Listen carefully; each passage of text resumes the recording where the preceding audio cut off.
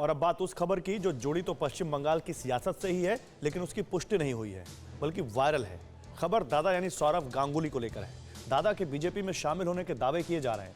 हालांकि इसको लेकर किसी तरफ से कोई आधिकारिक बयान अभी तक नहीं आया है, लेकिन बंगाल की राजनीति में खेल होने का दावा हर कोई कर रहा है।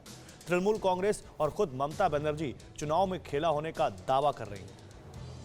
खेला तो होबेई रे, खेला तो होबेई এবং এই খেলা দেখেই বিজেপিকে ঠিক করতে হবে আগামী দিন দেশে থাকবে কি থাকবে না। বাংলায় একটা খেলায় যদি ওদের হারিয়ে দেন জানবেন এদের থেকে বিজেপি বিদায় নেবে। ममता दीदी मैं कहना चाहता हूं खेला होवे निश्चयই হবে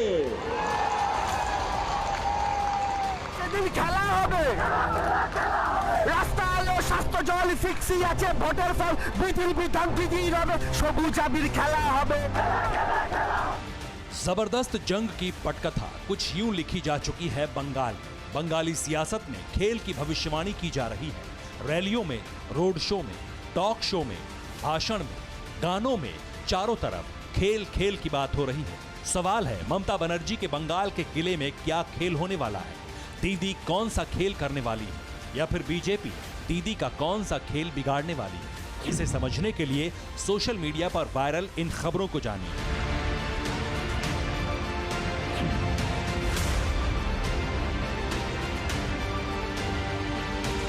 बांग्ला में, हिंदी में, अंग्रेजी में एक के बाद एक इन ट्वीट्स का सारांश यह है कि चुनावी मैदान में उतरकर सौरव गांगुली सियासी पारी का आगाज कर सकते हैं।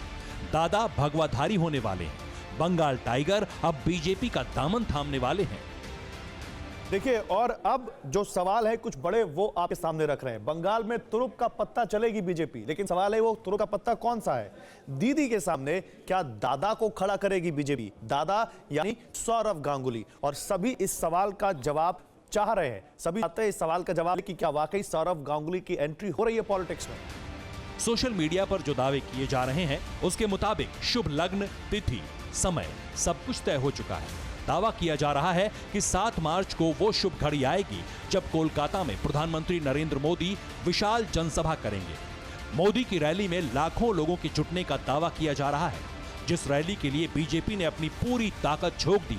कोलकाता के ब्रिगेड ग्राउंड में जब मोदी बैठेंगे तो सौरव गांगुली गर्दन में भगवा गमछा लपेटकर पहुंच सकते हैं। हालांकि बीजेपी के नेता अब भी इस पर खुलकर कुछ भी बोलने को तैयार नहीं है। ना ना हमारे पास कोई खबर नहीं, हमारे पास कोई इंफॉर्मेशन नहीं, आप लोगों के पास है।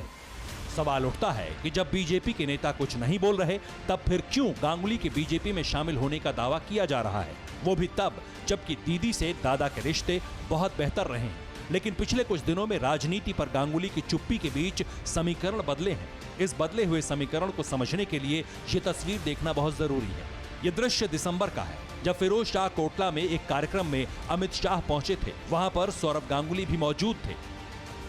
और दादा के भगवाधारी होने की चर्चा क्यों है, अब यह भी जानिए। अमित शाह और सौरव गांगुली के बीच मुलाकात हो चुकी है, हम सब जानते हैं। राज्यपाल जगदीप धनखड़ से भी मिलने गए थे सौरव गांगुली, जिसको एक अनौपचारिक मुलाकात बताया गया था। उस पर भी बात हुई थी कि ये मुलाकात को लेकर क्या मायने निकाले जाएं। पीएम मोदी ने भी सौरव गांगुली से फोन पर बात की थी, आपको पता होगा। और गांगुली से मिलने अस्पताल पहुंचे थे केंद्रीय मंत्री अनुराग ठाकुर। तो बीजेपी नेताओं से, बीजेपी आला कमान से इस करीबी को लेकर कयास लगाए जा रहे हैं कि क्या दादा भगवाधारी हो सकते हैं। सौरव गांगुली को लेकर बीजेपी की गर्मजोशी की चर्चा उस समय भी हुई थी। हालांकि अब तक ये चर्चा ही है। इस पर गांगुली ने कभी खुलकर बात नहीं की, लेकिन माना जाता है कि बीजेपी ने उनके लिए हमेशा दरवाजे खुले रखे हैं। अब जरा समझिए कि बीजेपी क्यों सौरव गांगुली की ओर टकटकी लगाकर देख रही है। बीजेपी मार का बल्ला थामकर सौरव गांगुली सियासी पिच पर उतरते हैं तो पार्टी को बंगाल में क्या फायदा हो सकता है, अब यह भी जान लीजिए।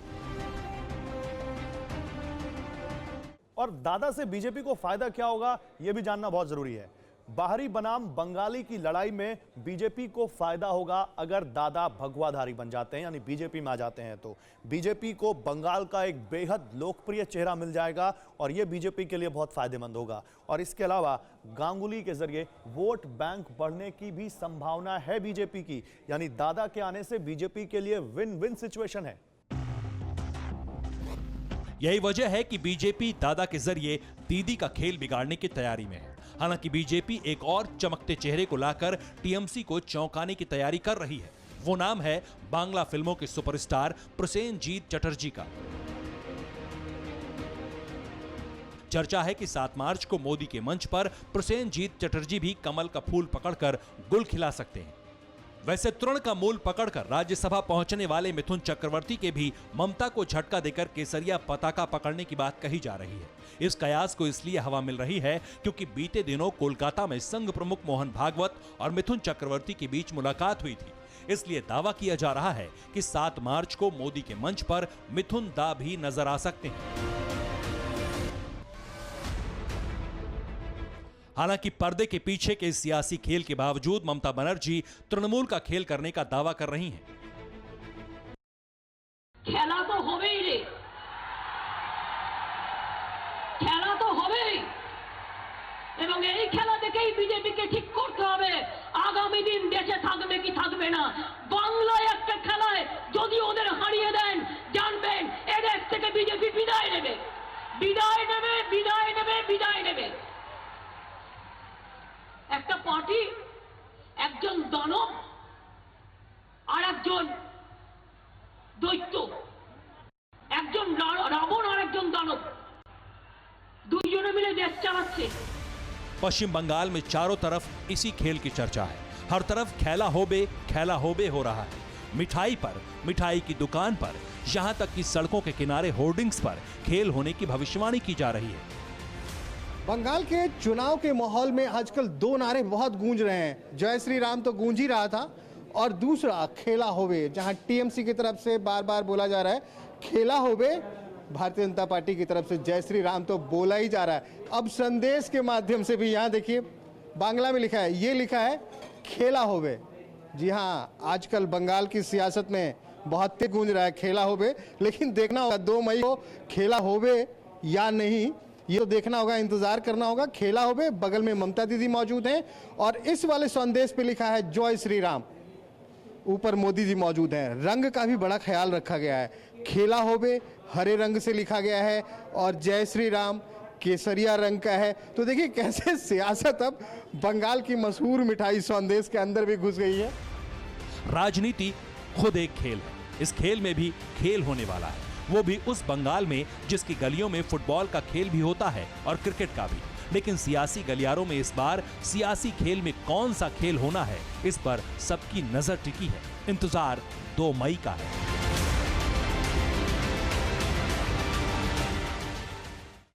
परवाह देश की, सोमवार से शुक्रवार रात 10 बजे TV9 भारतवर्ष पर।